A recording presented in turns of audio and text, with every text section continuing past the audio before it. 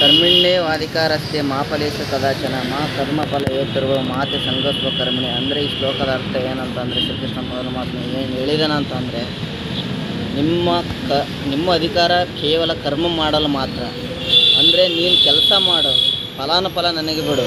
ಅದನ್ನು ಬಿಟ್ಟು ನೀನು ಕೆಲಸ ಮಾಡಿದೆ, ನಾನು ಕೆಲಸ ಮಾಡಿದೆ, ನನಗೆ ಅದಾಗಲಿಲ್ಲ ಇದಾಗಲಿಲ್ಲ ಅಂತಂದರೆ ಯಾವುದೂ ಆಗಲ್ಲ. ಮನಸ್ಸಿಟ್ಟು ಕೆಲಸ ಮಾಡಿದರೆ ಎಲ್ಲದೂ ಸಾಧ್ಯ. ನೀನು ಕೆಲಸ ಮಾಡಿದರೆ ಅದರ ಪ್ರತಿಫಲ ಸಿಕ್ಕೇ ಸಿಗುತ್ತೆ ಒಂದಲ್ಲ ಒಂದಿನ.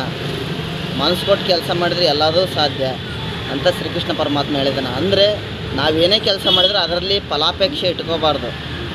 ಅದರಿಂದ ಫಲ ಸಿಗೋದಿಲ್ಲ. ಆ ಕಾರಣಕ್ಕೆ ಹೇಳ್ತಾ ಇರೋದು, ಯಾರೇ ಆಗಲಿ, ಎಲ್ಲೇ ಆಗಲಿ, ಯಾವ ಕೆಲಸನೇ ಆಗಲಿ, ನೀವು ಮಾಡೋ ಕೆಲಸದಲ್ಲಿ ಶ್ರದ್ಧೆ ಇಟ್ಟು ಭಕ್ತಿ ಇಟ್ಟು ಅದರಲ್ಲಿ ದೇವ್ರು ಕಾಣ್ರಿ, ಅದರಲ್ಲಿ ಕೆಲಸ ಮಾಡಿರಿ. ನಿಮಗೆ ಒಂದಲ್ಲ ಒಂದಿನ ಪ್ರತಿಫಲ ದೊರೆಯುತ್ತೆ. ನಿಮಗೆ ಜಯ ಸಿಕ್ಕೇ ಸಿಗುತ್ತೆ. ಗೆದ್ದೇ ಗೆಲ್ಲುವೆ ಒಂದು ದಿನ, ಗೆಲ್ಲಲೇಬೇಕು ಒಳ್ಳೆತನ ಅಂತಂದು ಒಂದಿನ ಒಳ್ಳೆತನ ಗೆದ್ದೇ ಗೆಲ್ಲುತ್ತೆ. ಜೈ ಹಿಂದ್, ಜೈ ಕರ್ನಾಟಕ ಮಾತೆ, ಜೈ ಶ್ರೀರಾಮ್.